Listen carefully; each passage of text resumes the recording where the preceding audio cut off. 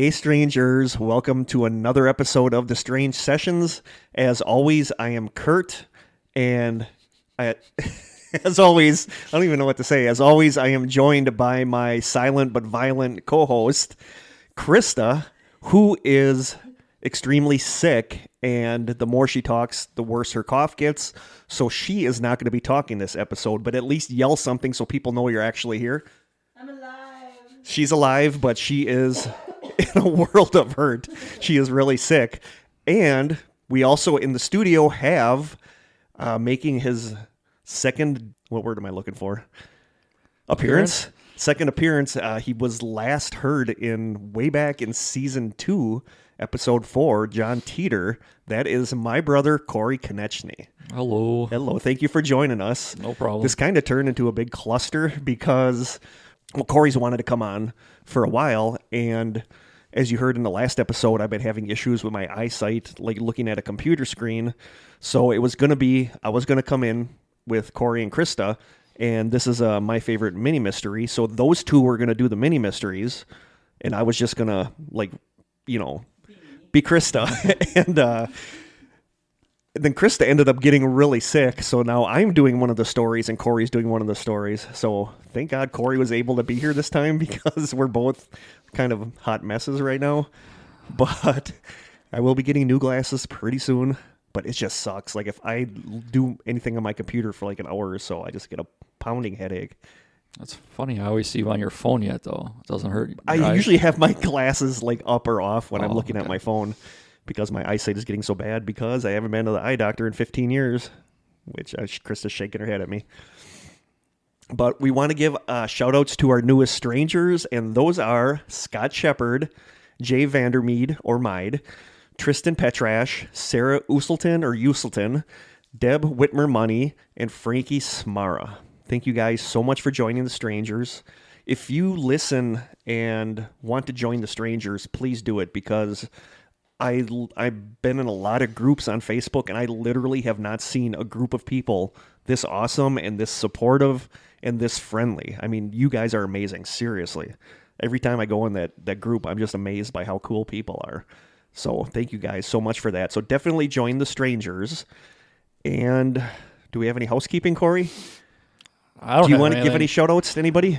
No shout-outs for me. No shout-outs? I'm just glad to be here and help you guys out. And Thank you for coming on again. yeah, no problem. A lot of people liked you being here for John Teeter.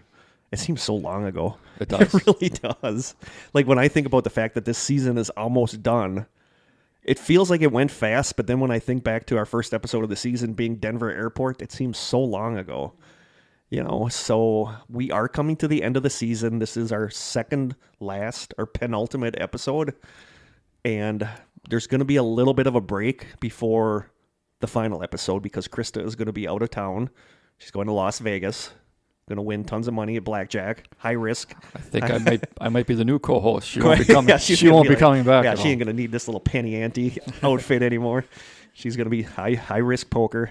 $1 million. Is this a business trip? You're going to promote Strange Sessions? I'll bring some cards with me.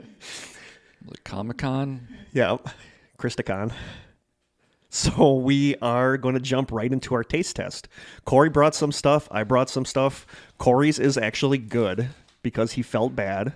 Krista being sick, I didn't want to end up getting more crickets or insects or something that was going to be nasty. So I just ended up getting some, I don't even know necessarily what they are. They're like brownies. One is a cashew butter blondie brownie, a raspberry cocoa brownie, and a almond butter brownie. But they are, let me see if I can read these here. Grain-free, gluten-free, paleo, non-GMO, kosher, dairy-free, soy-free, and preservative-free. Wow. Probably Is there anything taste-free. It probably tastes like air. So awesome. We will try those. Any preference on first? Okay. Krista can pick first, whatever flavor she wants. What would want to not taste? Let's do the almond. What do I want to not taste? Or we're going to try all three of them? We don't have to. Which flavor is this? The almond butter. This is the almond butter. I am worried about it being taste-free. Thanks. It smells good. Thank you. Yeah, it does. It smells stronger than I kind of thought it would. Like a homemade brownie kind of. Yeah. It smells exactly like a homemade brownie. Ready? I'm ready. It's actually really good. For being gluten-free and everything, it's actually really good. It tastes a lot like a homemade brownie. Yeah, it's really good. Yeah, it does. I don't get a whole lot of the almond butter taste. No, but it's really good. Yeah, it's The swirly stuff is on top. yeah for not. I was really assuming it was going to be taste free. No, It is a lot better than I thought. it's surprisingly really, really good. I thought it was gonna be dry. It's not dry at all. Yeah, the company is Base Culture. I like that. Try another one, Oh, you want to? or do you? What do you want to do? We can save a couple, or snack on them during the. Podcast. That was really good. Could you actually taste it? Okay. It's like undertone of 6 because I accidentally took A cough drop. Krista does not have a microphone, an attempt not to talk, so I should probably stop asking her constant questions. But that was good. I don't know. Mine isn't going to be quite that good, but I don't think it's going to be horrible. But it has, like, one of the main ingredients is kind of like a trigger for me where as soon as I hear it, I automatically think it's nasty. Spicy? No, not spicy. It is. Do you want to rate this one first? Yeah. 1 to 10. What do you give this? I give it an 8. I think it's better than I thought. Yeah. And I mean, for the size, it's perfect. Yep. I give it a 9. I think it's really good. Krista gives it a 9 also. Pointed to me. My taste test is Vegan Rob's sorghum Brussels sprout puffs. Why would you even make that? I don't know. Brussels sprouts, I've tasted them once and I absolutely hated them. And the only other time I had them was when you, me, all of us drank those nasty Jones sodas. Thanksgiving sodas. The Jones Thanksgiving soda. They had a Brussels sprout soda. And that was, even with all the crap that we've eaten on here, that was the worst thing I have ever ingested in my life was the Jones Brussels sprout soda. I don't think I've even. They also had cauliflower puffs, but I like cauliflower. Brussels sprouts I don't like. I think they're good if you cook them down so they're put a tender. ton of butter and on a ton them. of butter, Yeah. salt and pepper. Yeah. But as a puff form, I don't know. I don't know. So we are going to try Vegan Rob's. Oh, I'll read this here. You don't have to be vegan to enjoy Vegan Rob's plant-based snacks. Created from ingredients of this green earth, they are addicting with a taste that's out of this world. The path of inner peace begins with 6 words. Vegan Rob's sorghum Brussels sprout puffs. Close your eyes, inhale deeply. Take a bite and feel your stress melt away. Focus on the crunch and enjoy rich flavors as you exhale and find inner peace knowing that they are baked with non-GMO ingredients, an excellent source of riboflavin, and a great source of thiamine. So crunch to your heart's content and shh, don't tell the kids there's veggies in here. Love yourself, our planet, and all living things. Snack as clean and kind as possible. These things are probably going to suck, but that guy should get paid a lot of He money should get, for because that. that's really good.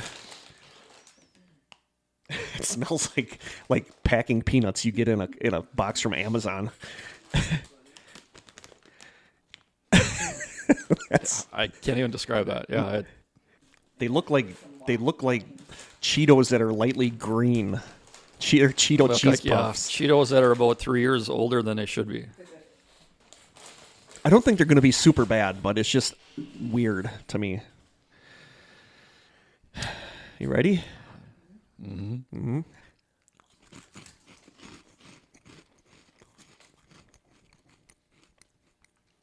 My first thought was Funyun. It tastes like a Funyun that's gone bad. There's that initial taste has a funkiness to it. They're not bad, really. Okay. They're not bad at all, actually. I don't get any Brussels I don't sprout get any Brussels sprout or flavor. like butter or, I mean, all I get is like the onion powder. But there's a little funk to it right at the, Aftertaste? not the aftertaste, like the first taste has like a little bit of a bite to it or something that I can't put my finger on. The more I eat them, the more I like them. Actually pretty good. It does taste a lot like a Funyun, but it tastes like a mild Funyun. Funyun that doesn't get a lot of the onion powder. Yeah. Just your average, Yeah. like, bottom of the thing. Or like if you get like a generic brand Funyun that sometimes don't have a lot There you of... go. This tastes like a That's- generic yep. brand Funyun. Like Surefine or... Like your dollar store brand Yeah. Funyun. Yeah. Like Munions. Like Munions would be what this is. Okay, 1 to 10. 7? I can see snacking on these pretty good. Krista says 7. I say a 9 again. I think these Really? are actually really good. What would you give an actual Funyun then if you gave this A 9? 10. Funyuns are okay. like one of my favorite snacks. I love, oh man, I could go to town on a bag of Funyuns like nobody's business. Yum. Those are good. Do you want to take those home for Jim? Kory? No, they're all yours. Okay, I guess I'll take them home. I think they knew I was hinting that I kind of wanted to take those. We got the hint. So we are going to go ahead and jump right into the episode, and it is, like I said, a My Favorite Mini Mystery. For this one, Kory actually did the research for his story, and I think that's the first time we've ever had somebody do that, so that's kind of cool. Do research? Kory will just be scrolling through Wikipedia. So yeah, we're going to start with Kory's episode. Mine might be a little short. Mine I was actually already had started for a backup episode. So I'm kind of glad we're using it for this one because I don't think it would have been long enough for a backup episode. You're going to know what story it is as soon as I start talking about it. Krista doesn't have any idea what either of our stories are. Kory's I know because I don't remember much of it, but I remember that was one of the best episodes of Thinking Sideways that I listened to because I knew nothing about this case, and it was just like a really fascinating episode. So we will start with Kory's mini mystery. All right, mine is the disappearance of Ben McDaniel. So just to go over a little bit of that real quick. All right, on August 18th, 2010, 30-year-old Ben McDaniel was seen driving at Vortex Springs in Ponce de Leon, Florida. He was last seen near a locked gate that stops any uncertified divers from entering a dangerous part of an underwater cave. Krista's nodding now, so Krista remembers this story. Hey. 2 employees enjoying a dive after work saw Ben trying to access the cave by possibly tampering with a gate. So was the gate on the outside? Where was the gate? Like I would never gate knew. is- Is the gate like attached?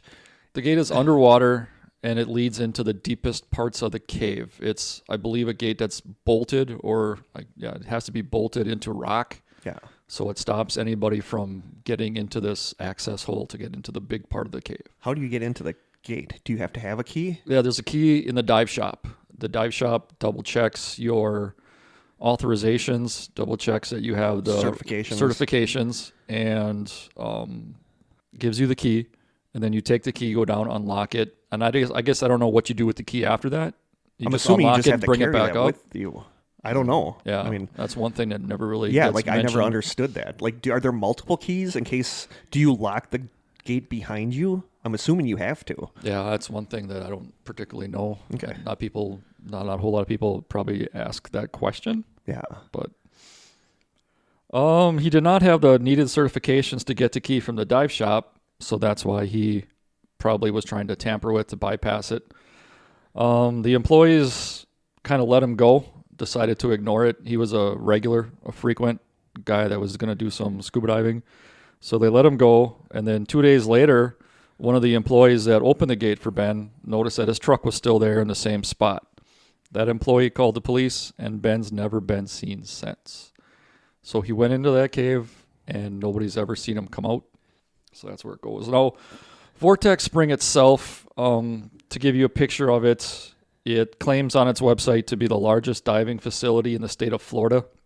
So try to imagine a U-shaped spring-fed pool. The right side is pretty shallow at 25 feet, and it gets progressively deeper the more left you go. The right side is used for basic scuba instruction and swimming. The left side is more used for deeper and swimming as well, but it uses a lot deeper scuba techniques. The left side also houses the dive house, which is where you go in to get that key that we were talking about.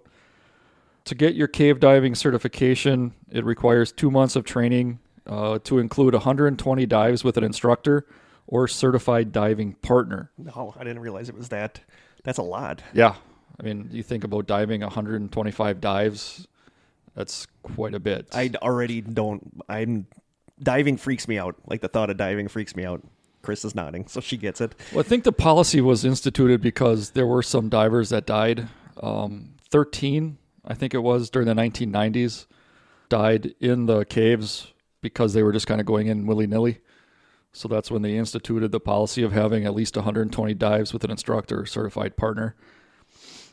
At the 90-foot mark on the left side is when the diver would come across a sign with a Grim Reaper telling the inexperienced to turn back.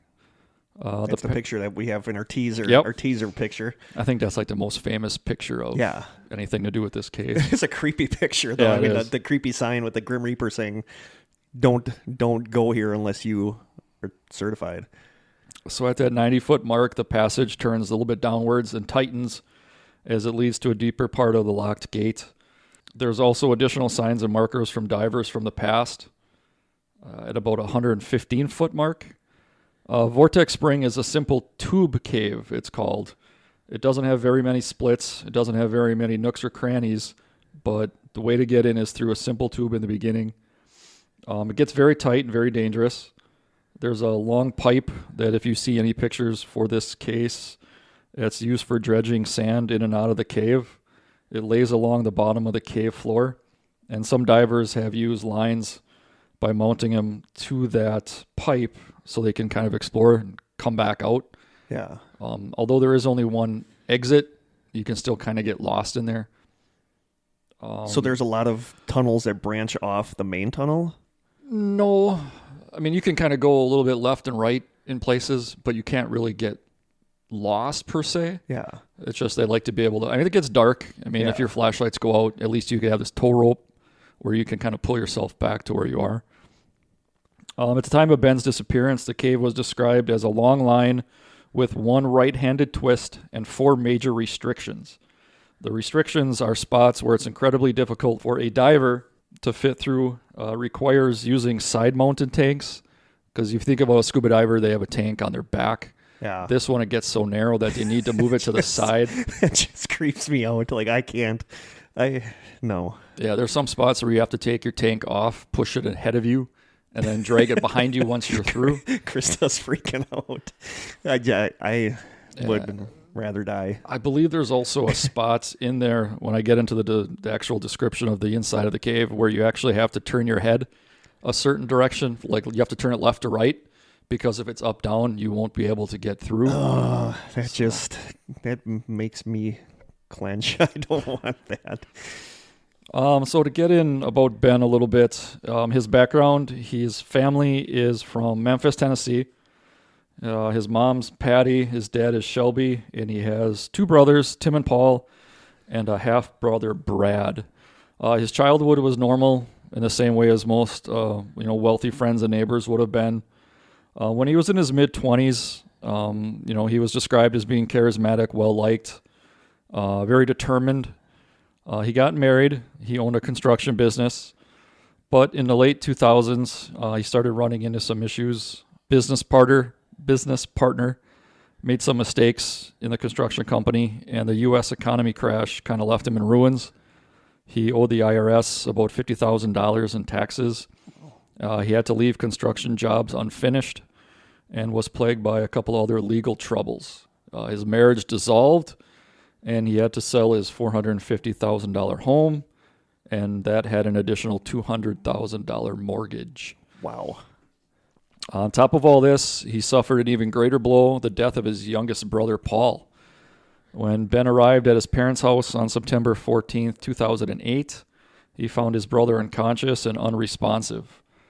Paul was hospitalized immediately, having a stroke he would never recover from. Paul's death, along with some other woes, caused Ben to spiral into a depression. And in April 2010, to help their son get back on track and start feeling better, his parents generously offered to support him financially by letting him move back into their vacation beach home in Florida. So relocating to Florida allowed Ben to indulge in his preferred hobby, which was scuba diving.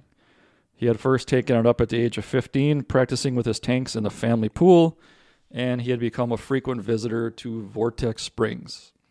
I wonder why he didn't go for the certification. Was he in the process of getting the certification to be an expert diver, or was it just he liked diving and didn't want to go through the motions of getting the certification? I don't know really either. He liked diving. He had a bunch of certificates that it seems like he forged, possibly. Oh boy, yeah. He put a lot of his own he initialed and signed a lot of his own things, which apparently is a no-no. We'll kind of get into that too, I think, with the theory section. Yeah. I suppose the day of his disappearance, which was August 18th, 2010, he arrived early at Vortex Springs.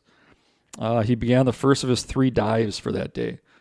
The site closes around 5 or 6, but divers are allowed to dive later in the evening as long as they purchase the right kind of pass. So apparently, you go in there and say, this is how many times I want to dive. Each dive costs X amount of dollars. And that's considered a pass, so then they have being a frequent, diver there, they kind of knew him really well. So they let him get away with a couple things, I believe. Is there somebody there, like, at all? Like, if you go there late to dive, is there somebody there? No, it seems like the day of his disappearance, the 2 guys had closed up shop and were doing a quick dive like they would do at the end of the day. Yeah. And then they saw him still there. Yeah. And they're like, he's here all the time. He knows what he's doing. Let him be. So let him go. I bet they regret that. I mean, you can dive without anybody there. You just can't get past that lock gate. Yeah. So it's like diving in a pool. There's really nothing to see. But he got past the lock. Found a way to get past that lock gate. He was seen on CCTV in the morning making small talk with employees in the dive shop. Then he decided to set out on his dives. He completed 2 dives in the morning and early afternoon. After resurfacing from the second dive, he was seen on the CCTV again, returning to the dive shop to refill his tanks. Obviously you have to fill up your scuba tanks after each dive. Divers noticed that he spent much of the afternoon just sitting alongside the water testing equipment and making notes in his dive log. Was he waiting for people to leave so he could? Exactly. People were thinking that he was waiting for everybody to leave so he could do his dive after hours. So he could go behind the locked gate. Yep. Around 6:30, Ben called home for the day, talked to his mom, and that was the last contact he ever had with his family. At 7, it's assumed he began his 3rd and final dive into the bottom of the cavern, making his way down to the locked gate. Because diving is dangerous, it does require that key to be rented from the dive shop. Divers present their certification, pay their fees, and fill their tanks. He did all that. Ben was last seen by those 2 divers. One of them was Eduardo Turan, and the other was Chuck Cronin. They were enjoying their relaxing dive after work, like we talked about, and they passed Ben. They didn't think anything of it. They knew that he may have been the one that was kind of tampering with the gate and getting in, but there was really no proof. And they were kind of thinking that if they let him in, there's a less possibility of him getting tangled up in the gate. Because it seems like you could finagle your way past the gate without even really... If I remember right from Thinking Sideways podcast, they thought it was like possible to maybe get underneath it. Yeah. Like to get on a side of it or underneath it that you could... But like, if you get wedged under there... Exactly, and that's why they thought screwed, if he's the one that's bypassing it, and if you get tangled up on it, you could just sit there and nobody would be there. Run out of air. Yep. Yeah. So this way they figured if they open it up and let him through, there's a less likelihood of him getting tangled up in it. Yeah, but that's to let somebody that's not certified. Yeah, and then he was by himself, and one of the quotes from Eduardo was that if he would have been with another person, he wouldn't have had any second thoughts about it, but because he was kind of by himself. He had a little question as he was leaving, but it wasn't a question enough to go back and stop. Yeah. Stop Ben from going through. The next day, 10 o'clock in the morning, Eduardo he came back and noted that Ben's truck was in the parking lot, but he wasn't too alarmed about it. He knows that Ben was a frequent guy. Sometimes he'd get there before everybody else in the morning and make notes in his dive book and kind of just practice what he was going to be doing for the day. They knew that they were going to be busy that day. It was hot. They always had swimmers, campers, and hikers. Eduardo, when he pulled up and noticed Ben's car was there, he's like, oh, Ben's here. Just another day. He was there so frequently, sometimes doing those 3 dives in a day. He became a fixture at the place, so it wasn't strange for Ben to be back so many times. The second day, Eduardo arrived and noticed that the car or his truck was still in the same spot. So at this point, it's been 2 days. He asked a couple people if they noticed if Ben was around yesterday, and nobody said that they saw him. But the one thing that I think is kind of strange is that although a whole day was gone where nobody noticed him, there was really nobody noticed him in the cave. Nobody noticed him outside of the cave. It's like a whole day went past and nobody noticed that he wasn't around. So it's like the second day is when the police finally get called. Were there people that went into that locked section of the... I'm assuming. It doesn't say, but I have to assume it was a day like no other. Just... Did people go behind that locked section of the cave a lot? I mean, like on a daily basis? That's a good question. I don't know. I would assume it's fairly popular that enough people would have been scuba diving that... Say somebody went in there. Say Ben went in there. 2 days. I mean, you would assume somebody would have gone behind that locked gate. Yeah, if he went in there about 7 o'clock at night, a whole day went past the next day, and then the morning, so, a whole 24-hour span of people being possibly around and nobody noticed them. So law enforcement was contacted, and the family began to putting together teams of recovery divers to see if they could locate and, if he was in there, retrieve Ben's body. So while they were waiting for the police to arrive, Eduardo decided to suit up and see if he could go in there and find Ben. Eduardo went as far as he could after he volunteered to dive down and didn't find anything. So I guess at this point, the cave system, you kind of need to know a little bit about. So what I found was an account of a diver. It's kind of a long quote, and it's more of a description. So I'll just start, quote, "This is a buoyed line of nylon rope floating from the surface of the spring leading down to the bottom of the basin. Past a warning sign, untrained divers to keep out of the entrance of the large cavern on the southwest side. The large cavern doesn't seem to have a specific name, so I'll refer to it as the main cavern." This would be right after you get past that lock gate. "Swimming through the back of the main cavern where natural light can no longer reach is where a diver will find the cave's entrance, a tunnel leading into total darkness. Yuck. A common misconception is that the underwater gates block the cave entrance, but the mouth of the cave is actually located at the back of the main cavern, about 58 feet deep. This is where the stop sign with the Grim Reaper warns inexperienced divers to stay out. It says, quote, 'There's nothing in this cave worth dying for.' Continuing past the signs, a diver would find one of the cave's larger rooms called the piano room. It's named because of the interesting sounds divers' exhaled breath creates inside the room." That's interesting. Kind of creepy, too. Yeah, that is kind of creepy. The passage continues deeper, flattening out a bit as a diver approaches the gate. The gate is about 115 feet below the surface, and it's made out of welded rebar. The door is located in the middle, and it opens from the left side. It's adorned with a few signs from previous divers, as well as a flag to indicate the water flow. The first restriction, which we talked about earlier, the restrictions, this is the first one. It's right after the gate, tightening to a hole just 4 to 5 feet wide and 3 feet tall. Yuck. The diver would dive down through that small hole, entering a small room. Above and to the right is a vertical fissure in the rock, and down to the left is a dead end called No Way. So that would be one of your first turns. You can't go anywhere. It's just a dead end. Yeah. Pushing past this fissure and the No Way comes to the second restriction. This one is called the back mount squeeze. It's a long, flat passage. It sounds bad already. Anything squeeze. It's described as back to belly. This long restriction is just tall enough to accommodate a diver and their gear. A diver could try to squeeze through the back with back-mounted tanks, though most will use side-mounted tanks in order to fit better. In this second restriction, divers will use a specialized tool that kind of looks like a dumbbell, which helps sink into the sand as a handle for dragging and pulling their body and gear through the low ceiling. Not in a million years. Out of that second tiring restriction, a diver would arrive at a space called the tea room. Looking up, a diver would see a nearly vertical opening into an area called the max headroom. That's a fun play on words since the room allows the divers to get more upright and finally off their belly.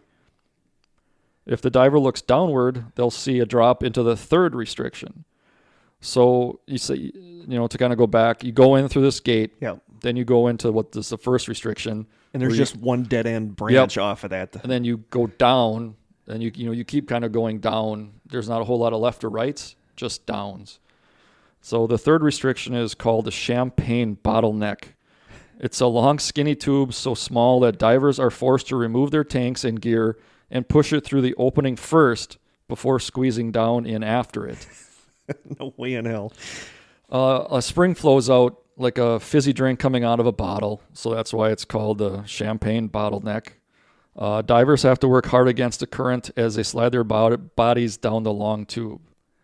Because the opening is so small, the current can be more intense than in other parts of the cave.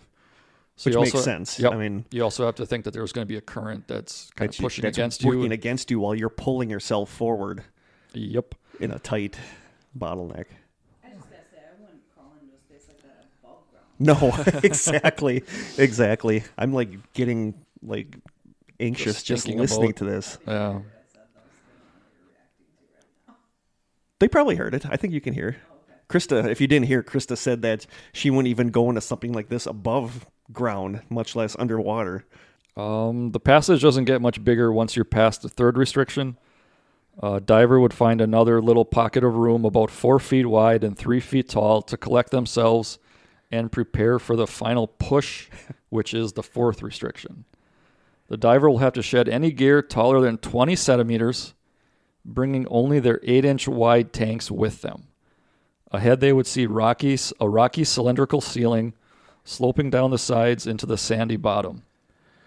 This 15-footish long horizontal stretch requires the diver to crawl along on their belly again. This section of the cave is more often compared to trying to crawl under a car or under a bed in full scuba gear. God, that's nuts. As the diver prepares to move forward into the fourth restriction, the height clearance drops to only 12 inches, shrinking to only about 3 feet wide. How can you even go through that? You kind of just have to force yourself through. Yuck. No. I know you guys were talking about Josh Gates on the last episode. Yeah, in that about- episode with the Ark of the Covenant where he was Yeah. like wedging himself through that cavern. And if you think that, you're kind of still available, here you're underwater. If anything goes wrong, you're stuck. There, That's crazy. you at least have people around. If you were Yeah. to go in there by yourself, you can get stuck, sure. But underwater, it just makes everything like even more freaky. Once you get to the fourth restriction, you will not be able to turn around unless you can fit all the way through the fourth restriction. So once you start going, You're screwed. I Yep. mean, once you start going, you have to. yep, if you cannot fit through or get stuck, they will have to navigate their way out of the fourth. Why would they even have this open for people to go into? I don't understand that. I don't either. It's not my cup of tea. No, I mean, obviously, I but can't even imagine a scuba diver being thrilled with that. I don't know. I wouldn't do it. No. I would like someplace Like- nice and open, like a pool. Yeah, like Krista said, I wouldn't even do that above ground, much less underwater with a tank. If they do get stuck in there, it seems like they have to try to go backwards. And that is hoping that they don't get snagged on any jagged rocks that are coming from above as well. I'm going to have nightmares tonight. And then you also have to worry about below you. If you kick up any of the silt or sand, it can cause visibility to drop to 0. So imagine being stuck, not being able to see, and if you start backing out, you can get stuck on rocks that are coming up from above you. I don't want to imagine that ever. The ceiling clearance at that point then drops down to only 10 inches, and the width of the package shrinks to 2.5 feet wide. By carefully creeping forward, the passage tightens to its smallest, which is only 2 feet wide and 8 inches tall. God.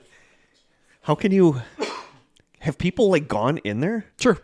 How? I mean, 8 inches is really small. I mean, they have divers that are, the best of the best, and even the best in the state of Florida, the best in whatever state you're in. You decide to go there for a vacation.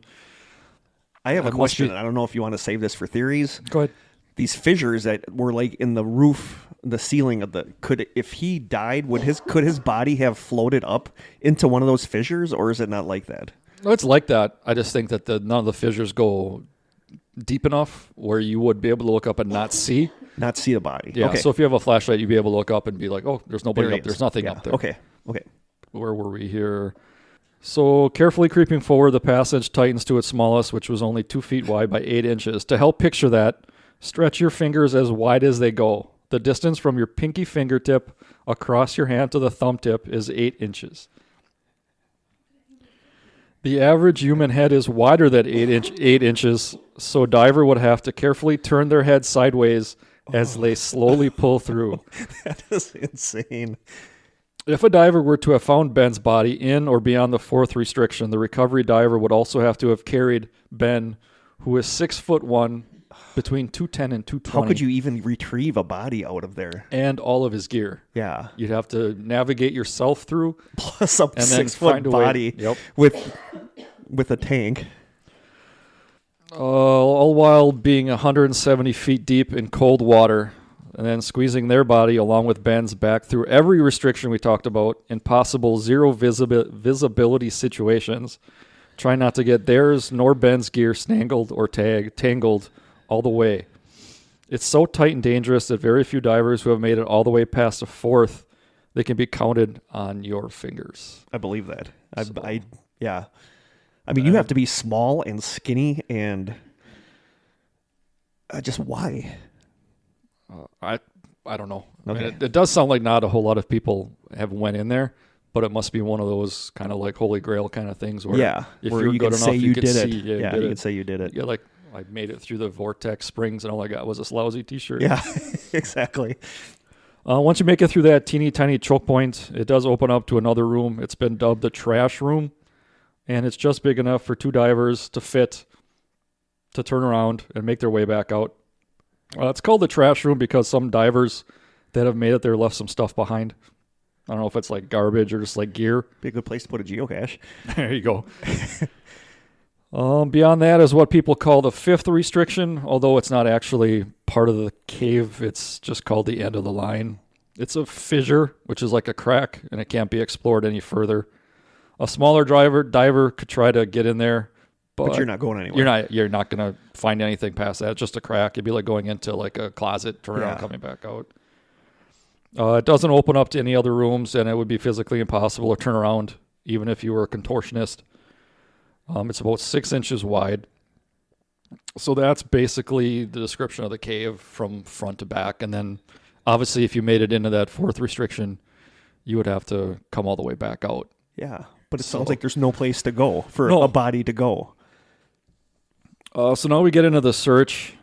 Because of the cave and the technical aspects, police divers didn't have any of the kind of training you would need to get in I was there. just guessing that you almost have to have specialists come in to. Yeah, and that's what they ended up having to do. They thought tons of divers, whether amateur or professional, would be jumping to volunteer. They didn't get anybody willing to do Be it. jumping to volunteer. The diving experience required to search any underwater cave, let alone one this dangerous, is extensive. The police contacted a diver by the name of Jeff Laughlin, asking for his help. He was a qualified cave recovery diver. Jeff sent messages to different dive shops, seeing if he could get 8 or so more experienced recovery divers. He eventually found a couple, so Jeff became the lead diver, and they made a couple teams to be able to go in and look. The first physical evidence found were the stage tanks. These were tanks of air that you're going to need to decompress. Yeah, You know, one thing we didn't talk about is once you dive this deep, you have to spend so much time where you get the bends. under the water. Yep. Anywhere from a half hour to 45 minutes before you can actually surface. So these tanks were staged right before the gate, so you could come out, and then he'd spend a little bit more time waiting to decompress. So the tanks were just waiting there for Yep. for people to Yep. use. They were definitely his tanks. His name was on it. So Oh, okay. They found so the he tanks. left his tanks there. Yep. So, Okay. So at he- this point, you're starting to think, well, his had to- tanks are there. Yeah, so he went into the gated area. Yep. Oh, yeah, because it was a complicated dive, he had these extra tanks to make sure that he had enough air for decompression, any potential emergencies that could arise. His tanks were mismatching. So, like, the condition, one was, like, almost kind of brand new. One was a little beat up and bent. And later we'll talk about one of them only at half the amount of air. So there's a little bit of a question as to, did he use some of it or did he just not fill it fully? Yeah. That's one of those things that'll Yeah. never probably be answered. Some of the divers that were there, obviously the diver community is kind of a small community. Yeah. So they knew that there was this one guy who was like what you would consider the best diver in the world. His name is Ed Sorensen. He's probably the best cave and recovery diver. He used an underwater scooter. I don't know if you've seen that. It's one of those things you hold on to, and it has like a fan, so it pulls you through the water instead of you having to use all your strength. Okay, now I know what you're talking about. Yep. Sometimes you'll see them like underwater, like shows, Yeah. boats and stuff. He brought that, and he used that to get to the back of the cave, thinking that would give him more time, because basically with air, you're limited to the amount of time you can search. Yeah. With this, he gets in there quicker. He can spend more time searching. He had to bring his smaller tanks so he could squeeze through all those restrictions. He went all the way to the end of the line fissure, which is the very back one that's not even a restriction. It's just that fissure in the back. At the time, he was the third person ever to explore that far. Wow. He found no marks in the rocks. He found no scratches in the ceiling from like tanks hitting it, or I believe most divers have like a knife. He didn't find any scratches or cuts, anything like that. None of the silt seemed to be disturbed. So at this point, he didn't find any evidence that indicating that Ben would be into the cave this far. So he removed his tanks to push himself into the fourth restriction, thinking that there's no way Ben made it this far if there was no evidence he was even into that third restriction.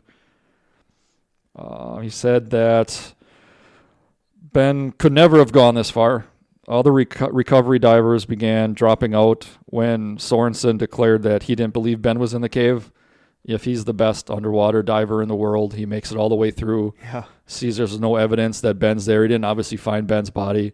All the other divers are like, if Ed can't find him and made it all the way into the back, he's not there. He's just not there. I mean, they're not just looking for the body. I mean, he's got his equipment with him too. So there'd be tanks. His scuba suit, his tanks, that kind of stuff. I believe there's even a shovel that most of them carry. Wow. So the search kind of stopped. And then the family became frustrated that the divers weren't searching. So they asked if anybody else had like an ROV, like a remotely operated vehicle that they could go in there and look. With a camera? Yep. The Holmes County Police Department had one, but they said they weren't willing to lose it or have it broken or destroyed. Seriously? Yeah, unless... That's kind of a dick move. Unless the family paid $54,000. Wow, that's a dick move. So, because they were replaced, if it had to be replaced because it got lost or damaged. Yeah, but you're looking for... I get it, but I see both sides. Yeah. As a family, I want to be able to do nothing more than find my son. But at the same time, the county... Or your brother. Yeah. And and the county is like, we're not just going to let it out or lend it out to anybody. The family agreed, but the ROV did not get any better results than the divers that went in there.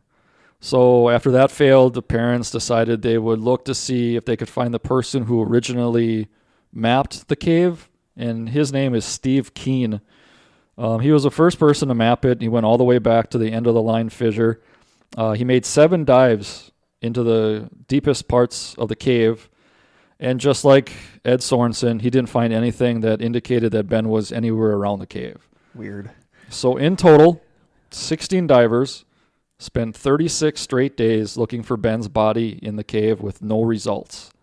Volunteer searches continued afterwards at the spring and surrounding areas through November, often with the McDaniels and Ben's girlfriend in attendance. I think I know what one of the theories is going to be, but I'm not going to say it till you actually get to the theories. Be coming up shortly. Okay. All right. So with everything else, there's a little bit of a controversy. With every idea going bust that the parents were able to use, they thought they would put out a reward to anyone brave enough, quote unquote, brave enough, to venture into this cave to find Ben. But why? I mean, there's been how many expert divers in there? What is somebody... I guess they always think that somebody will have a different look. I know. I get that. But if these other divers didn't find anything, I don't think anybody brave enough to go in there is going to find anything. Well, I think that's where the controversy kicks in, because if you put money on something, you're going to get people that just want to Want the come money. in, and Yeah. they're not going to be the best divers in the world. So this offended the diving community, who begged Ben's parents to rescind. No one took him up on their $10,000 offer. But then, what do you think the McDaniels did?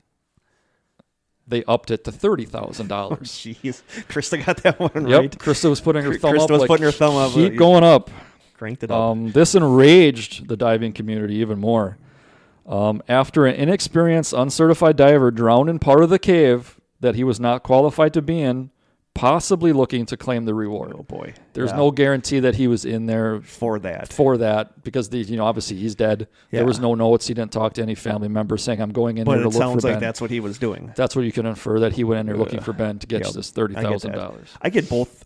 I get both viewpoints. I get that the family wants to do anything they can to find some trace, but I also get that the divers are mad because this is going to cause people to risk their lives needlessly. You know. I mean, you look even in comparing it to something positive like Forrest Fenn's treasure. Yeah. You have There's people that dying are dying that. looking Yes, for that. That's true. That's true. So it's like, then that's out in the open. Granted, you're out in either the desert or the wilderness and you could fall. Yeah. But this is underwater, and you have people that are vastly unqualified trying to find his body. Yeah. After this guy had died, Ben's parents were contacted by Jill Heinerth. She is considered the best female cave diver in the world and is known for doing a lot of underwater documentaries. She hoped that filming the entire dive all the way back, this would be able to prove to the parents That that's a good idea, that there's nothing Yep. there. So Jill had a diving buddy, I believe, which is her ex-husband, Paul. They made it all the way to the very back. They found a shovel. So they kind of thought, well, other people had missed this. So we found a shovel. Yeah. This could be a good sign. Come to find out, the shovel turned out to be Steve Keen's. He was the original guy that mapped the cave. Yeah, that mapped the cave. And that he said that this was his, and obviously I believe it had some kind of Inscription. name or Yeah. inscription that it was his. So then doing the research process for this documentary, she went back to Ben's dive logs, and he had some maps that he made of the cave system. She realized that he had in fact gotten pretty far into the cave based on some of his notes and the maps. Knowing that divers in trouble will often burrow deeper into narrow crevices such as those within the cave in a mistaken effort to get back to the surface, she kind of revised her opinion. She said that she simply sees no reasonable evidence that he is not in the cave. So she originally thought there's no way in hell he's in here. And then looking at his dive notes, looking at all the... That he's been able to get back there. Yep. Looking at the fact that he was able to get back there, she now believes he's in there somewhere, that there's no way that he's not in there. But where would he be? That's the thing. I mean, there's only so many places, and all these people could not have missed him. Yeah. That I don't know. She must think that there's some place that, is he under the silt? Is he, But can you get under that amount of silt in that little span of time? I don't know. I doubt it. Like Unless she said, he was panicking and like flailing around and kicked up silt and then got covered in silt. But still, that's a lot of... You would think if you died, you would float. And I would think But wearing that's some what of made that me wonder if he gear. wasn't in one of those crevices that are in the ceiling. Yeah. But say you die, are you going to float in the exact position to go into that crevice? Or would you go vertically or horizontally if you floated would you and died bang up? against the top of the I don't walls know. until you found a spot? I don't know. I don't know how that works. I don't know how that works either. It's So disturbing to think about. around the area, they did bring in cadaver dogs. Obviously, the dogs can't go into the I cave. was just going to say. They put a little mask on the Scuba dogs and a mask little on tank.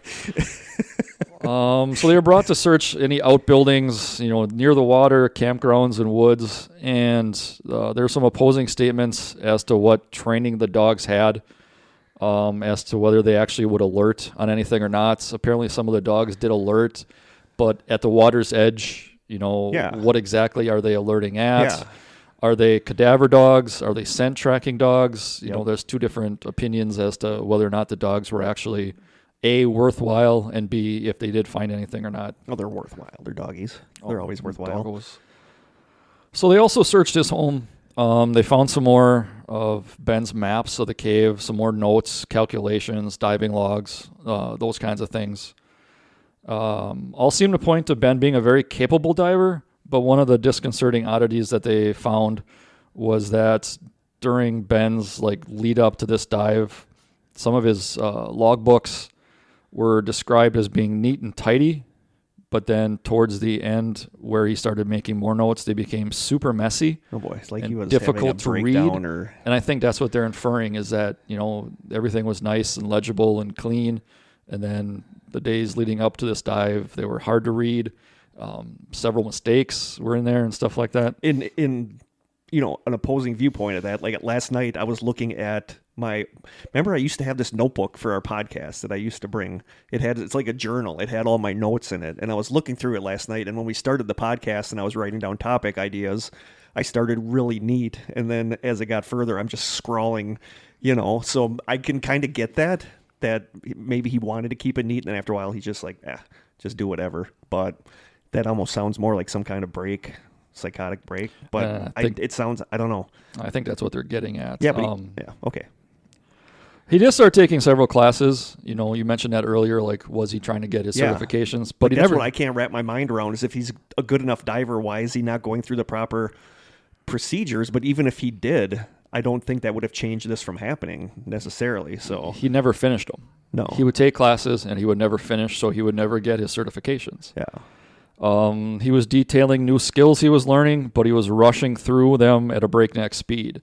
So he would be learning something in his classes. He'd go out and rush and try to do it, 100 times to get down, but he never continued on with the classes to actually get his certification. He did log an insane amount of dives in a very short period of time. During a 4-month time frame, he logged over 250 dives, meaning he had to average 2 to 3 dives every day. Wow. How many? 2 to 3 dives every day. That's 250 dives. It's kind of a lot of dives in a day. And if you think if he took any days off, like he went back home to visit family or took a vacation or whatever, he would need to make up more dives to be able to get to that 250 number. Yep. And it says completing 250 dives usually takes a recreational diver years to complete, and he had it done in a 4-month period. Oh. He had a binder full of temporary certification cards. Many were from classes he didn't complete, and many of them were in his own handwriting, possibly using these as temporary cards of proof experience for job requirements. I guess I get that. So, he didn't finish it, but he was able to print out a certification. He'd sign it himself and submit it to whoever he needed to be like, yeah, I have the certification. That's it. So we're at theories. Anything you want to talk about before we get into the first theory? No. Krista, cheap seats? Nothing? All right, so theory 1, Ben drowned. He potentially panicked when he was in the furthest reaches of the cave, and his body and gear are wedged in some possible crevice. I just can't see buried that. in sand, or where it remains hidden. I just can't see that. I can't see expert divers not finding him. So when we talked about the cave, we remember that he's 6'1", so he's bigger than average. Yeah. I think 5'11" is probably He's like the my average. height, because I'm a little over 6'1". Okay. And Chuck Cronin, one of the 2 divers that led him through the very first night he went missing, said that although he had the proper equipment and had considerable diving knowledge, he often appeared very overconfident in his abilities and was never shy about saying so. Yeah. That opinion was shared by several posters on a scuba diving website called scubaboard.com. Some of them who also had met Ben during trips. And in one 2014 comment by his father, he could not find anyone at Vortex Spring willing to be his dive partner. So he always went alone because he was kind of cocky and saying arrogant. That he was better than everybody else. His parents later defended him from those criticisms by seeing them as positive traits. Ben was brave, his father later said. Ben was fearless. He always followed his passions. So I think that's the likely theory going out, is that he went in for some reason. You just can't find his body.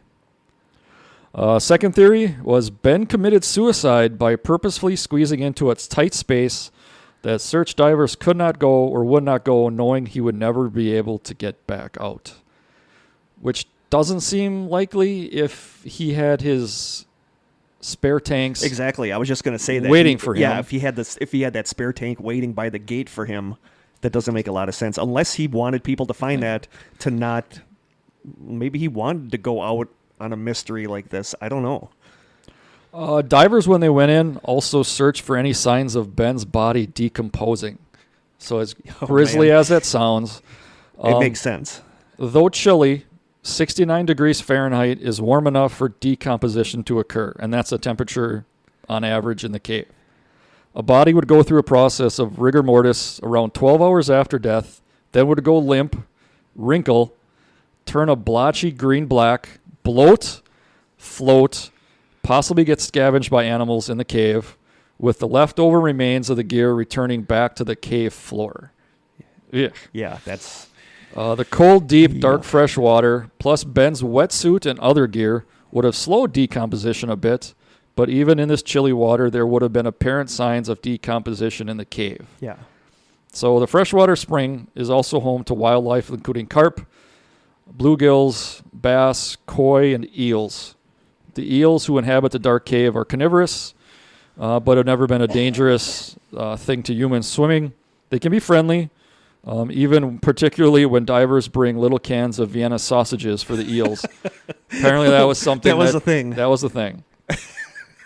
That's awesome. Another kind of gross thing is that the recovery divers explained that the release of gases and fluids during decomposition are noticeable through their regulators. Yikes. Yeah. So breathing in some of that water with air, you'd get some of that and apparently it's a pretty noticeable taste. I have, when we worked at the grocery store, in the back room, if there was a mouse that had died under the boards in the back, you could smell it a mile away because it's a really distinct, a rotting animal is a really distinct smell.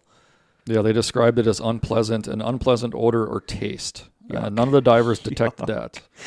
And over 30 tests were done in the water by a lab. They took water samples. Throughout all 36 days of the search, somebody took a water sample. The tests looked for bacteria produced from decomposition, but all the tests came back negative. Wow. You have to repeat this, but I just think even if he decomposed, his equipment would have been found. Yeah, Krista just said, if you couldn't hear her, she said that she thinks even if he did decompose, his equipment would have been found, which, I totally agree with. So theory number 3, Ben faked his own death by making it appear like he drowned in the cave, but had actually exited the water safely, leaving all of his old trouble behind. I get that. I totally do get that. So Ben's truck was still obviously in the parking lot. It was a 3/4-ton black pickup truck.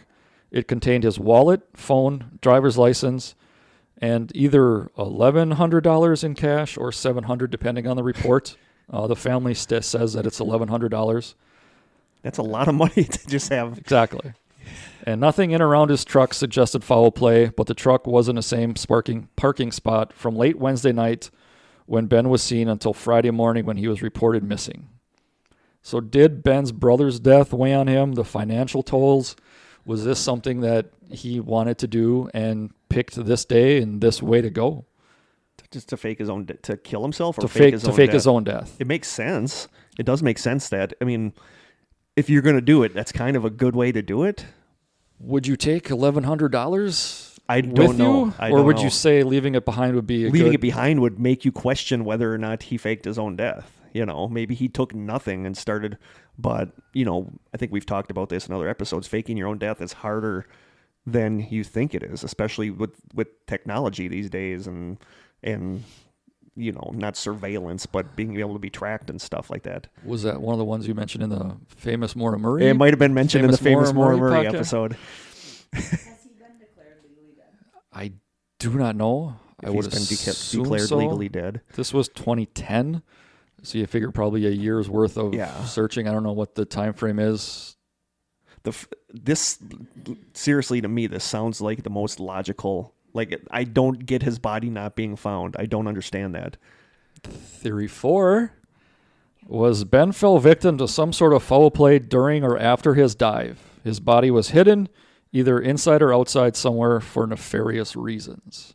So a private investigator the McDaniels hired believed that the body may have been removed prior to any authorities being contacted, or that he may have even been murdered on land and the narrative of his disappearance fabricated as a cover story.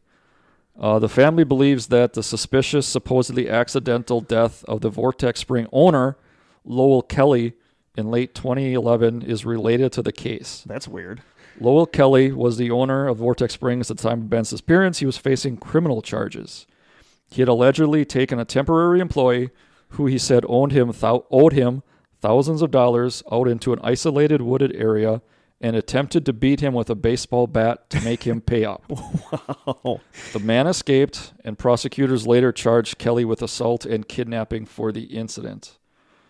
Kelly got rid of the charges by pleading no contest, and in return he was fined and sentenced to 7 years of probation. During a chili cook-off he was hosting at Vortex Spring in December, he reportedly fell down a set of stairs and hurt his head. A person that was present took him to his home in Ponce de Leon, Florida, where he helped Kelly shower, which is kind of weird. That's kind of weird. And afterwards put a blanket over him and left him to rest in the bathtub. Also kind of weird. In the morning, a different person came to the house and found his condition had worsened overnight. And which guy is this? This is the owner of Vortex So this is Springs. the guy that went all Negan on that guy with the Correct. baseball bat. Yep. That's weird. Emergency medical services responded to the call, took him to a hospital in Pensacola, Florida. He remained comatose, and after his condition did not improve, he was transferred to hospice, where he died a few weeks later. The Holmes County Sheriff's Office, which had also been investigating Ben's disappearance, implied that it had not gotten the full story of what occurred the night of Kelly's injury, with him falling down at that chili cook-off. I get the bathtub thing, because if you think the guy's going to vomit, maybe don't have him laying on his back in bed. It doesn't say whether the water was in the tub. It just says he was found in the tub. I'm assuming he was just laying in the tub. That, if you're going to worry that the guy's going to vomit and choke, maybe prop him up in the tub. So he's, I don't know. I've never showered a unconscious guy. Or No. Yeah. Well, yeah. Call 911. It's weird that they didn't. They did not release the names of the individuals who helped him either at night or in the morning, which is kind of strange that people inquired and they said, we're not going to tell you who it was, especially with Florida, the sunshine laws in Florida, that anything that's a public document can be given to the public freely or whatever.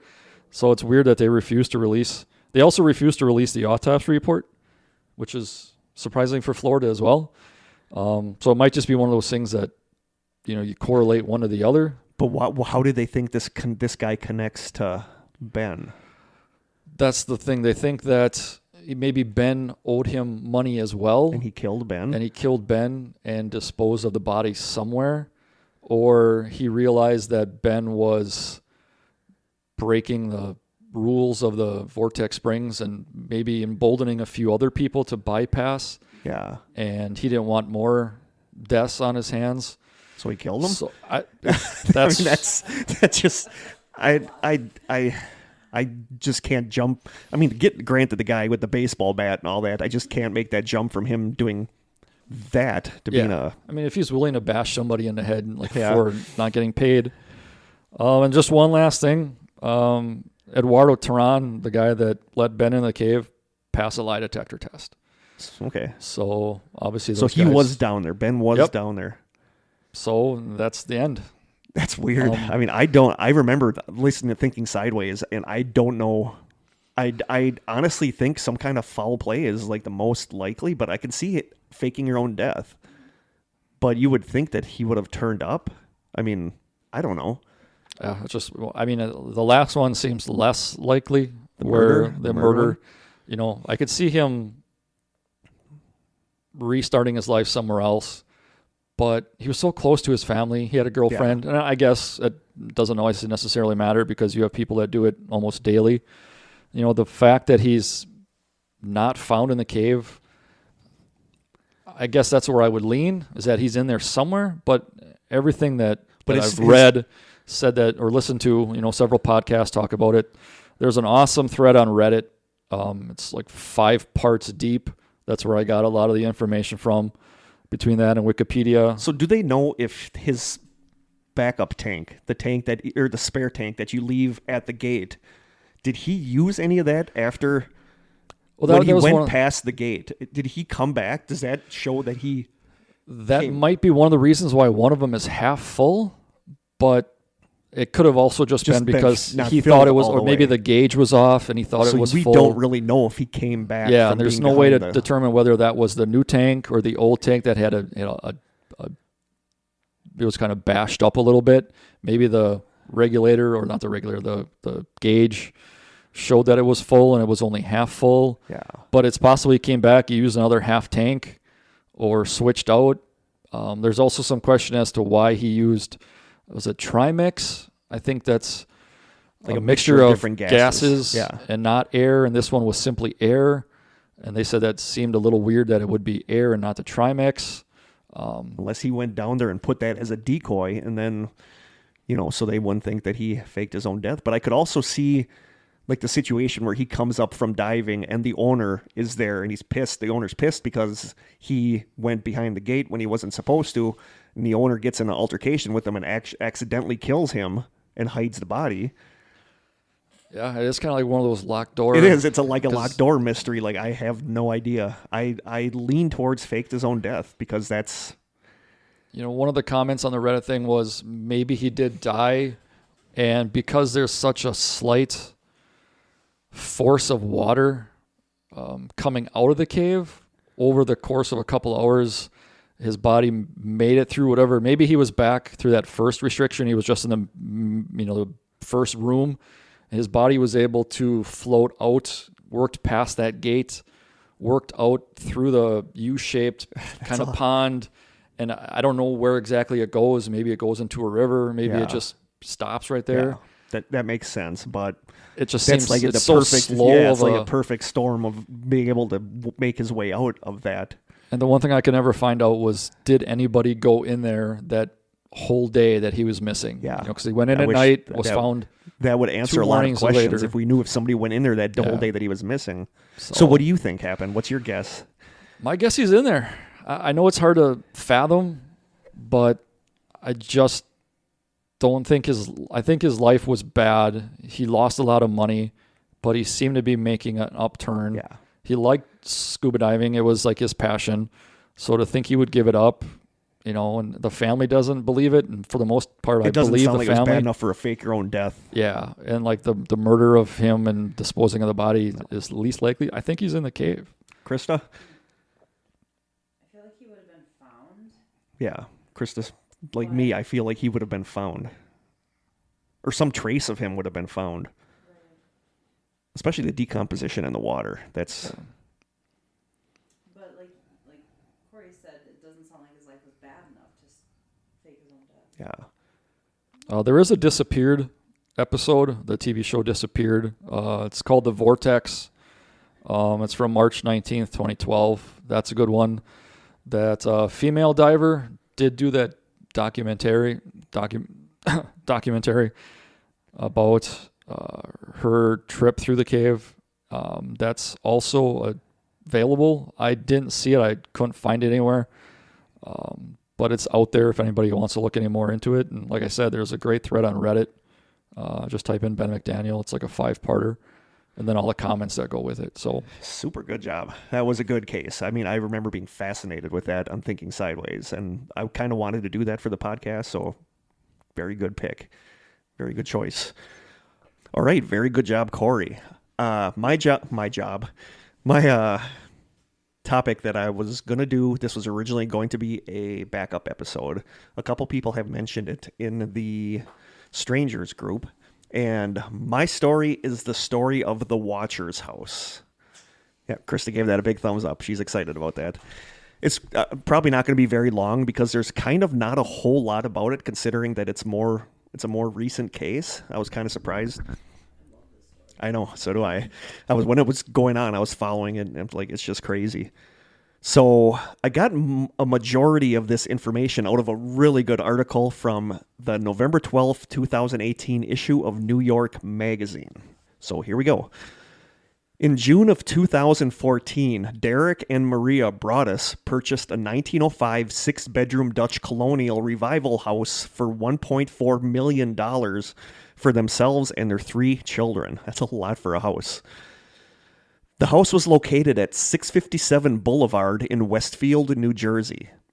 3 days after closing on the house, a letter showed up in the mail. The letter read, and now here, there's a lot of bits and pieces of the letters. Like, I never get to see what the entire letter looks like. So there's no transcription of like the full There's letter? transcriptions, but I've never seen a full transcription of the letters.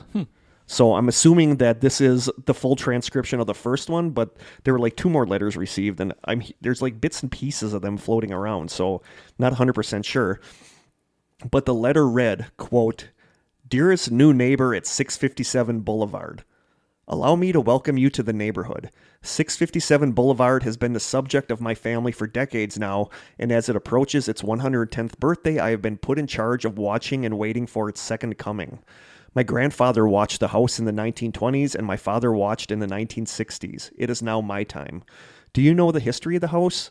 Do you know what lies within the walls of 657 Boulevard? Why are you here? I will find out. I see already that you have flooded 657 Boulevard with contractors so that you can destroy the house as it was supposed to be. Tisk, tisk, tisk, bad move. You don't want to make 657 Boulevard unhappy. You have children. I have seen them. So far, I think there are 3 that I have counted. Are there more on the way? Do you need to fill the house with the young blood I requested? Better for me. Was your old house too small for the growing family, or was it greed to bring me your children? Once I know their names, I will call to them and draw them to me. Who am I? There are hundreds and hundreds of cars that drive by 657 Boulevard each day. Maybe I am in one.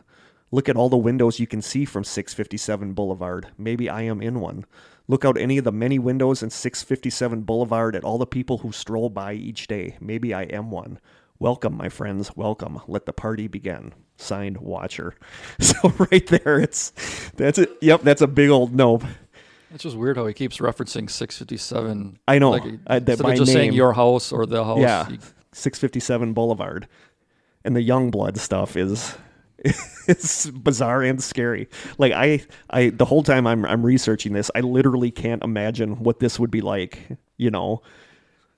Like just like a feeling of always wondering if you're being watched and stuff. I don't know. It's just you can't chalk it up to a prank. It sounds so specific. personal. It Yeah. sounds like specific and personal. Well, it's weird that he said his grandfather was watching in the 20s, his father was watching in the 60s, And now it's my time. and now it's his time. But there's like a longer break between Yeah. the 60s and his time. Yep.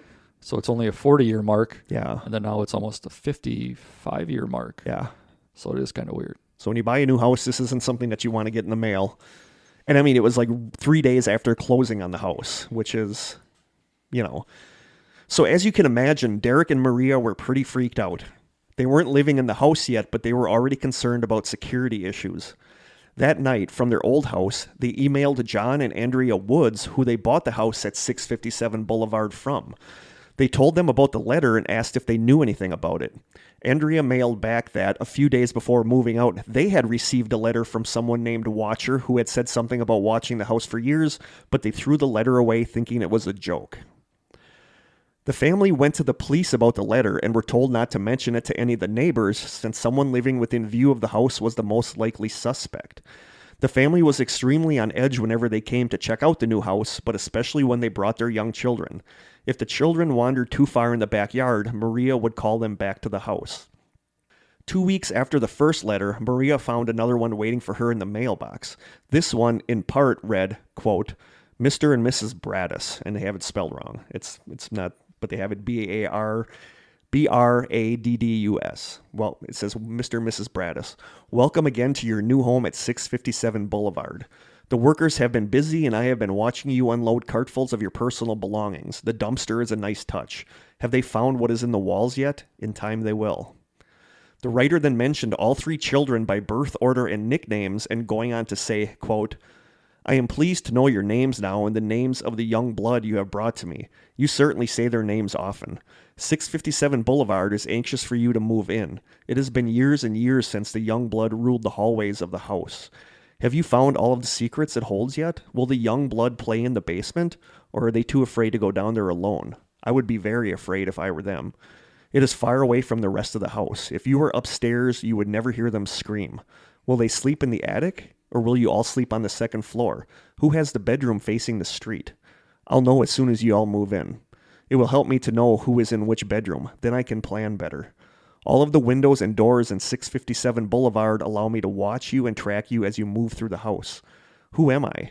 I am the watcher and have been in control of 657 Boulevard for the better part of 2 decades now.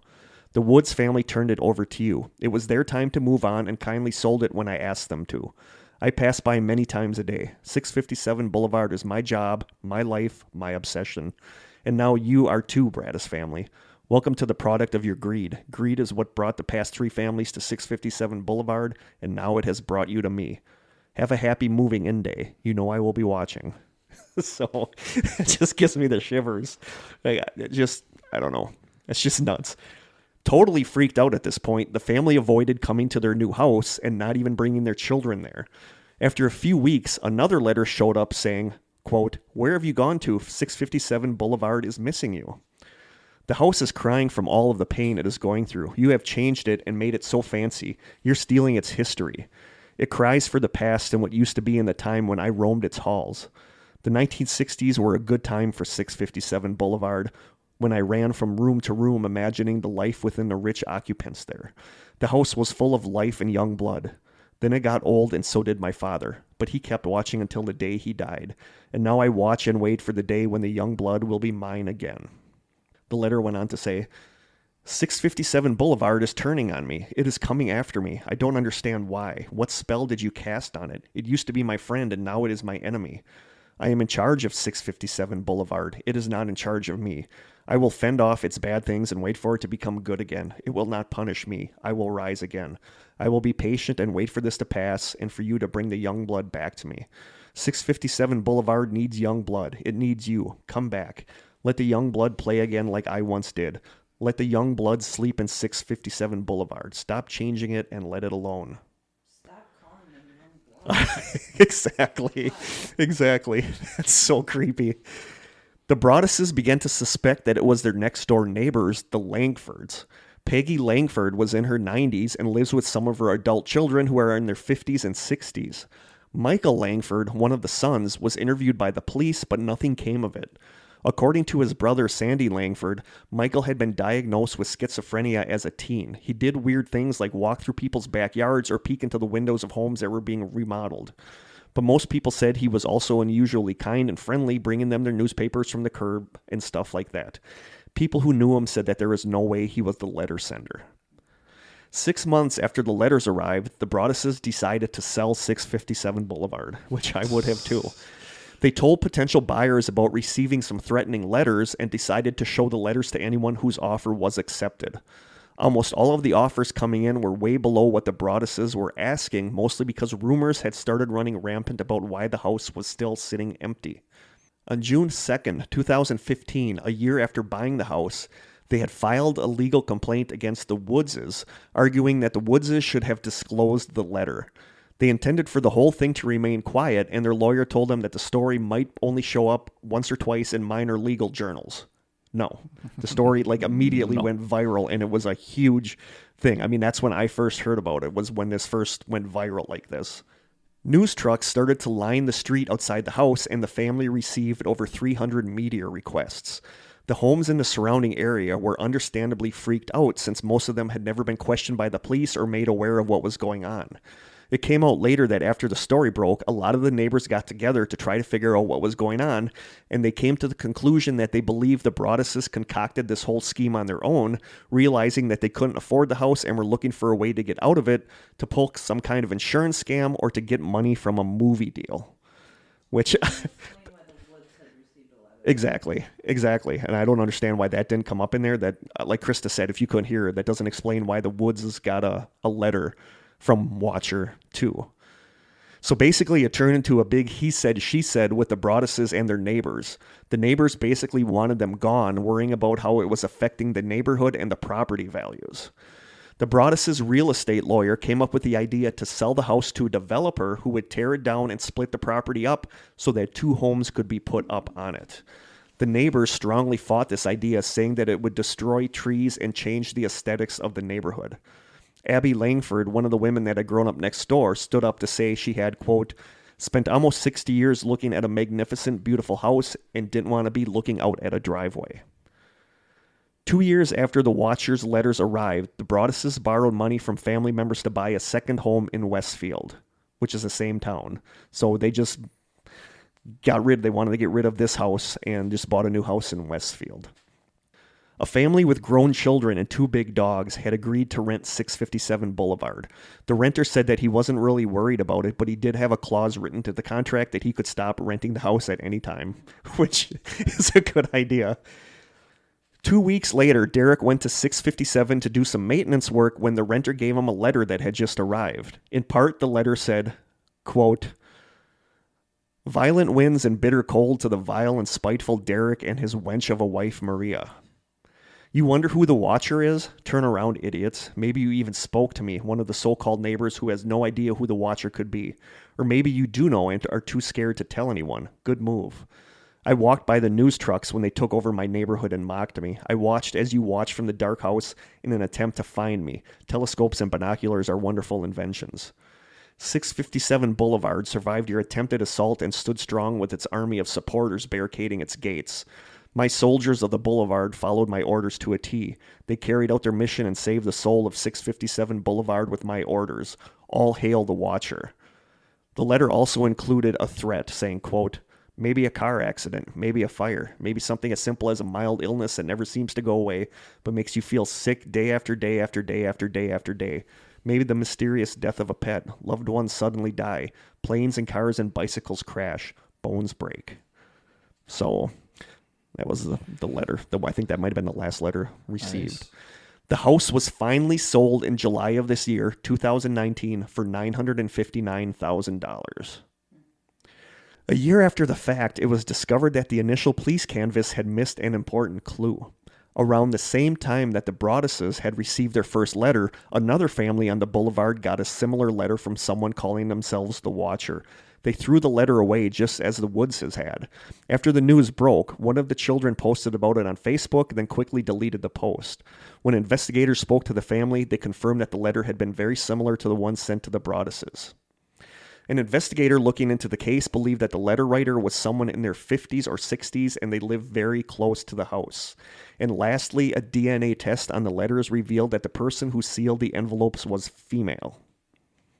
Which surprised me, because I don't know, I assumed it was a male. I really did. And that's basically it. The Broadduses moved to another house in Westfield, and they said there's still a lot of tension between them and the neighbors from that house that they didn't move into.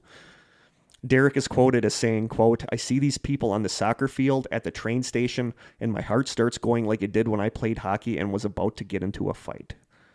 And that's basically all I have. That's the story of the Watcher. This family bought this house, was sent these bizarre letters by someone calling themselves the Watcher, and eventually sold the house, bought a different house in the town. I can't see them wanting to get out of realizing that they paid too much and couldn't afford the house. There's better ways to get out of it than writing. Yeah, you're going to lose a lot of money on, just the fact that they bought it, are going to sell it for a loss. And then now, if they can't afford it, what are you going to do?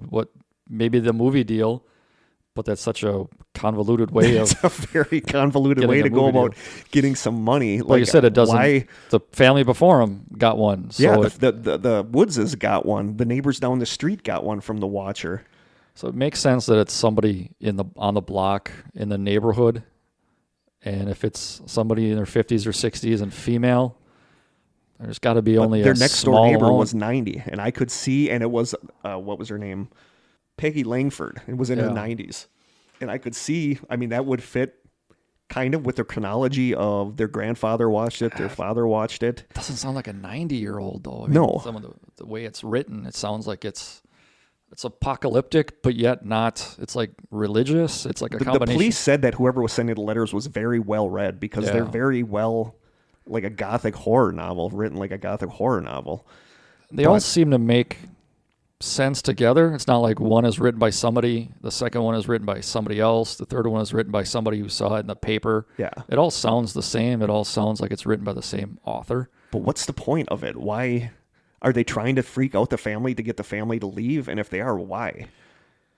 Yeah, I mean, they talk about wanting the young blood to roam the halls and all that kind of stuff, but by sending this letter, you're making them want to leave. Yeah, exactly. So was the intention to get them to leave?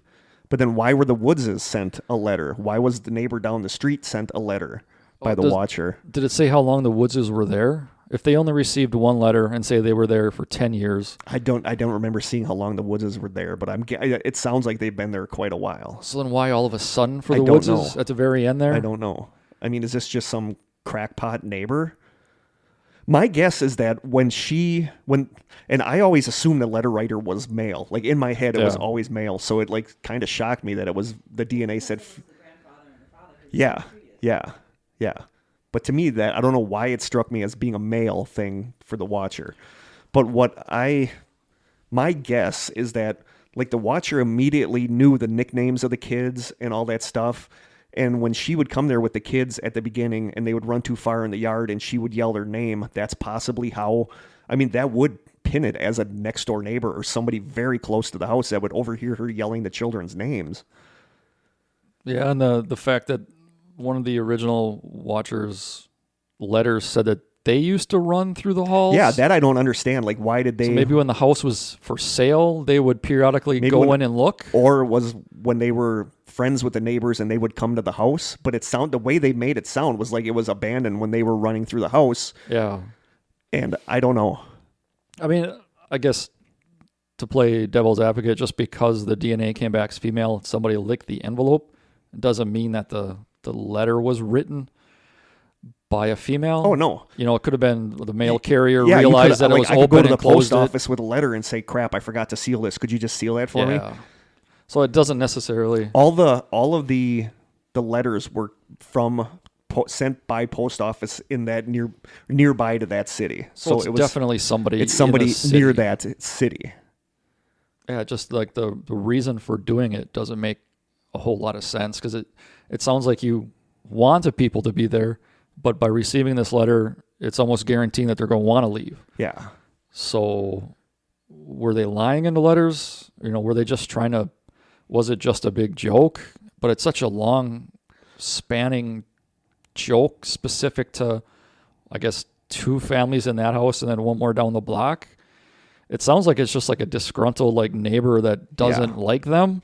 But it's such a weird way to go about. Are they nuts? You know, are they purposely trying to scare them out? Is it the Broadduses themselves? I don't think so, but I don't have this in my research, but like shortly towards the end when all this was going on and the neighbors were kind of turning against the Broadduses, the neighbors started receiving letters that were like kind of poetic letters, and it was signed from the friends of the Broaddus family. And the husband in the Broaddus family, Derek, admitted to sending the letters, that he wrote the letters and sent them out. So that's kind of... I could see that though. You're getting inundated with people saying that you're doing this, so you kind of want to deflect the blame and put it on somebody else. I mean, they're in just a crappy position because they're freaked out by this letter they're getting, and they have all the neighbors against them. I'm trying to think like a lot of the neighbors were pissed that the police never contacted them, never came to ask them anything. And wouldn't you assume that would have been one of the first things that the police did was to go question the neighbors, because it obviously sounds like a neighbor. I would think, anybody that lives even in an apartment or in a neighborhood, you get to know your neighbors fairly well. And depending on like how close you are, like I look at like my place, I have older neighbors on both sides. Yeah. If they had kids, I would hear them being told, child A and B, it's time to come in for dinner. Yeah. And then it turns into a nickname. Yeah. You can kind of gather that. And then I think some people are snoopers that if the house goes up for sale, you go next door pretending to be a buyer just to see what they did or what the house looks like compared to yours. So I can That's something see I all totally that. would do, you know. It's just the wording of the letters makes it so specific and creepy. Yeah. And then all the references to Youngblood. Yeah. You know, it's just like, why is the Youngblood such a... I mean, what if you would have got that when you moved into your new house? I probably would have threw it away as well. Yeah. You know?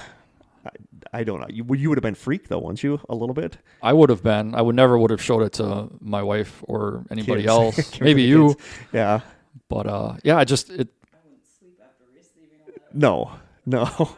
you just have to figure like what the motive was. Yeah. Was it just a neighbor that's nuts?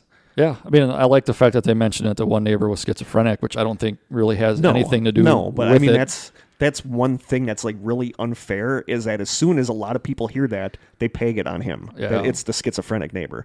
And the fact that the police didn't go like door to door. Yeah. Like I would think my entire street, at least my entire block, and then like the cul-de-sac across the Yeah. street, you know, they have to circle around and come back Yep. through the cul-de-sac. Derek, the husband, had nights where he would camp out like in the bushes or something to keep track of who would be going by or who would be passing by, and it was like nothing out of the ordinary. So they assumed it was a neighbor with binoculars or telescope or something watching the house. Yeah, where he says binoculars and telescopes are wonderful inventions. So I don't know. I mean, I assume that it's just a nuts neighbor, but it's creepy as hell. It really is. You know, I could see if it was a female and somehow you become fixated on the male in the house, you know, whether it's an attraction or a revulsion, whatever it would be, or reversed if it's, you know, an older guy sees a younger wife and becomes fixated.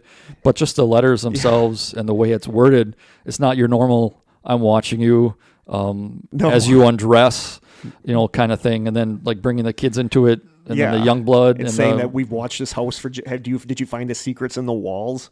Yeah. It's like just really creepy. Yeah, if it would have been, you know, my grandfather watched the house, my father watched the house, and I watched the house, it could be, you know, just based on where your windows are, you happen to see what goes on in that house. Yeah.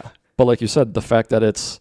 You know, I mean, there's a lot of like threats in there. Yeah. There's, I'll know as soon as you move in, it'll help me know who is in which bedroom, then I can plan better. I mean, that's not even a veiled threat. That's like a threat. Yeah, there's definitely something wrong with the person that wrote it. It's just a matter of trying to figure out what it is based on their writing, and I'm sure that it's going to be a popular enough thing where every couch psychologist is going to want to, you know, figure out why they were writing this. So I don't know. So they sold the house, and I think I read the same article. The new people haven't received the letter. Yes. No, I believe they didn't because I did not come across that in my research. If you couldn't hear, Krista said that they sold the house, but asked if like the new owners got a letter yet. And I said, I don't believe I've come across that in my research. It just sounds like spite. Like for some reason they started to hate the Woodses. Yeah. Towards the end. And then the just new carried family it on just, with the yeah, for Broadduses? some reason But just... then why did the other person on the block get a letter from the watcher? Is it just Probably tick them is it off? some crank, some nut job that just doesn't... Yeah. If you tick them off, they concoct the story about young blood roaming the halls and... Yeah, you would like to think with as in the news or whatever it became, you would have these copycats of the letters coming out all over. copycats coming out and doing that. Sending these letters. I mean, it reminds me of the Circleville Yeah. letters from, you know, I want to have an episode on the Circleville writer because that's kind of crazy too. That was one of my favorite unsolved mystery stories. Yeah, I don't.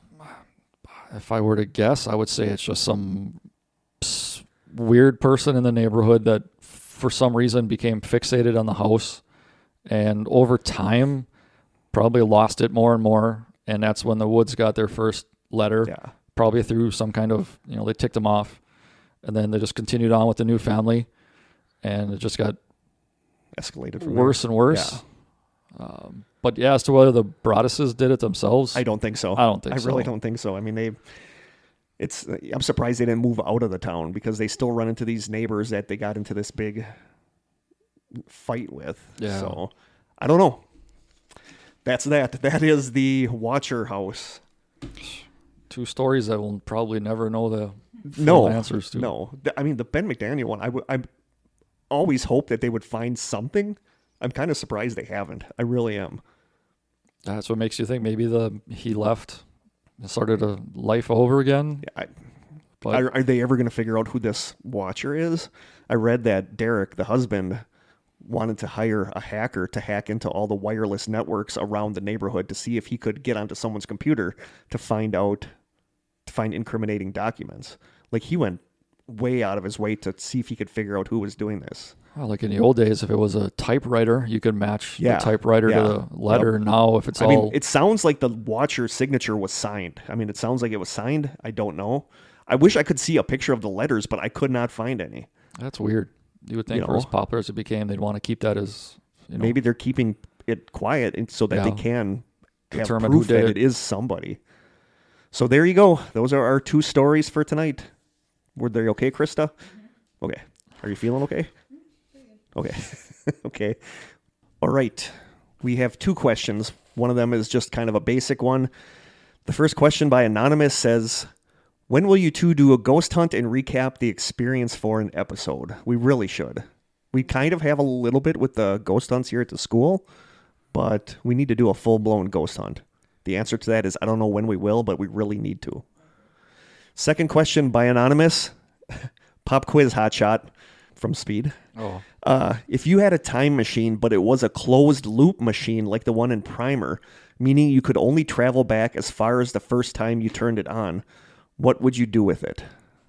I don't get that. yeah, I'm confused. So if I go to, like, say it's parked out back, I go turn it on, I have to wait X amount of time before I go back? I've never seen Primer. Me either. Neither. Can you read the question? Yes. If you had a time machine, but it was a closed loop machine like the one in Primer, meaning you can only travel back as far as the first time you turned it on, what would you do with it? I'd go back to before you asked this question and just ignore it. Because you're confused, aren't you? I am. No, like it's saying that you have a time machine, but you can only go back to the point where you first turned on the time machine. What if that was last week? Then you can only go back as far as last week. What would you do with it? Oh, all right. So I can tell you right now what I would do with it. I would turn it on right now, and then I would wait till a Powerball lottery got up to like near $1 billion, and then I would go back to the point where I turned it on and I would win the lottery. I know that's a bad answer. I know that's like a morally bad answer. It kind of is. I mean, What if the family that would have won that Powerball could have used that money to save their kid from a disease? I wouldn't know because I went back in time. I think that would be everybody's first thought would be looking out for themselves.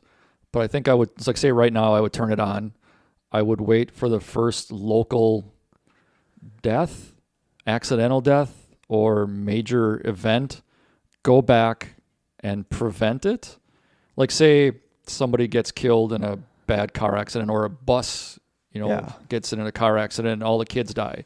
If I could go back and say, stop the driver that hit that bus from having another drink or turning down the wrong road, go back and stop them from doing that.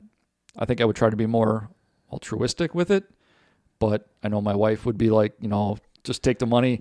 So I'm just thinking, wait for the... I'm usually the altruistic one, and my first thought was just get that money. See, my first thought is like whatever major event would happen locally that I could do something about. Especially if it was like kids, I have 2 of my own, so I would probably want to do something with that. Or like a disappearance where I could go back and retrace the steps and either stop or find out, like but comparing it to Maura Murray, that's- like if I could go back right before it happened and then, oh, she's right here, or any missing person, I can follow them into wherever they went. But yeah, you'd only be able to go back until that point that you turned the machine on. Yeah, so but you would once just I have turn to the let machine, it sit until yeah, that's something what it would be. happened. I would turn it on and just let it But sit. that's when I get into the whole... Butterfly effect. Yeah, that's when I get into the whole... like I've thought about this. Like if I had a time machine, say I go back and stop 9/11. Say I prevent... I tell the FBI, CIA, whatever, I tell them... You don't listen anyway. I know, but I tell them who the hijackers are. I tell them what's going to happen. And I then say that I save the day. Say that 9/11 never happens. What's to say that we would do that? And then what's to say that we don't get all like USA, rah, rah, rah, see, we're the best. Nobody can do anything. And that pisses them off enough that they drop a dirty bomb in New York and kill millions of people. what's to say that that's not going to happen if I stop 9/11? That's when you get into the whole butterfly effect that you don't know what effect your thing is. That's why I totally agree with yours. And I'm kind of surprised that I didn't go with that. I know. I thought I would have been the one that would have been like, with the money. Sunday, I'm like, nope, that was Sunday, the first I'm thing going I to thought go turn it on, find out the winning teams for the football games, and then go put a bunch of money on it in Vegas and roll on it. But it's opposite. You would be the one that would normally do that, and I'd be the one for the money. Money today. That's because I'm broke. Krista? I don't know. I would do the money thing probably. Chris? Whenever, you can't hear me probably, but whenever I think about winning the lottery, my first thoughts are, okay, I can pay off this for my parents. I can buy my brother a house. I'm always thinking about all the people that I would take care of. Yeah, that's true. I mean, that's the first thing I think about when I think about winning the lottery is who can I take care of? Yeah. I guess you could do a little bit of both. I could put some money on a game and win some money, and at the same time, wait long enough to be able to solve some kind of problem. I just like mysteries, and I like being able to solve something. But it sucks that you can't go back past the moment you turn the machine on. I want to know what happened to Maura Murray. I want to know all these things. So, very interesting question. Very good question. So I think that's it for tonight. I think we got Kory is going to be reading our pickle joke. All right. What business does a smart pickle go into? I don't know. He opens a delicatessen. That's so bad. Obviously, this book is old because nobody refers to them as delicatessens anymore. No. And there was one that I saw that had red skeleton in it, and it's just like, wow, man, that this is an book old book. is old. Yeah. Throw one more. One more at random. Copyright 1974, the year I was born. That's Kory's birthday. Not going to even do that one. Right. What is green and gets chased by dogs?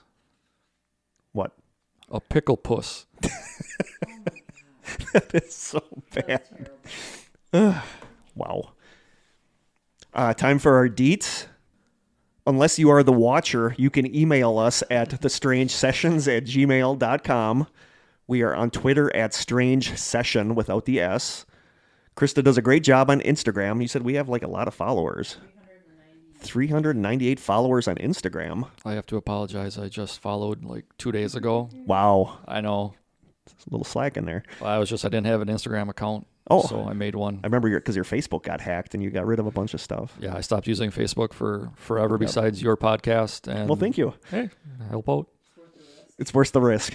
And if you have postcards, we haven't got the postcard in a little while. I check a couple times a week, and I'm always sad when I stick my hand in there and there's absolutely nothing. The other day I was excited because there was something in there, and it turned out to be a flyer for Festival Grocery Store.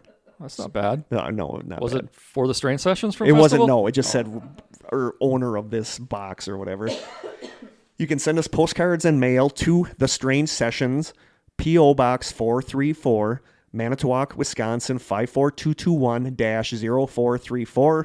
And somebody please call our hotline. Our phone number is 920-443-9602. I should actually make sure that when I updated my phone that I still get notifications. There's probably like 20 messages on there that I'm not. I'll check after the episode. If there's one talking about young blood. Yeah, if there's anything talking like a creepy voice talking about young blood, no thank you. And I think that's it. So Kory, thank you so much for joining us today. I feel like a backup quarterback that had to come in for the big game. but when you come in, you throw a touchdown, kick a touchdown, throw a touchdown. So, kick a home run. You kick a home run. There you go. I know sports isn't your forte. So Krista, thank you so much for coming today, even though you feel like hot garbage. You don't sound as bad as I thought you were going to sound. Yeah, it's so bad in the morning. I can see that you're kind of fading a little bit. You're kind of like, I just want to go. I want to go. Krista's falling asleep. So thank you so much for coming, even though you're illin'.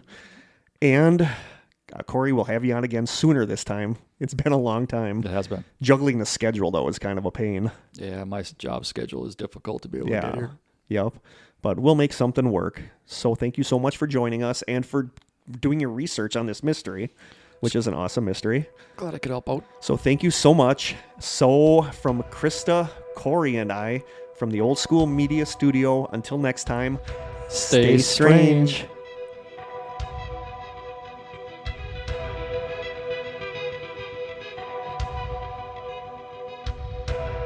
This has been an Old School Media production, executive produced by Kirk Konechny. For more information and content, please visit strangesessions.com.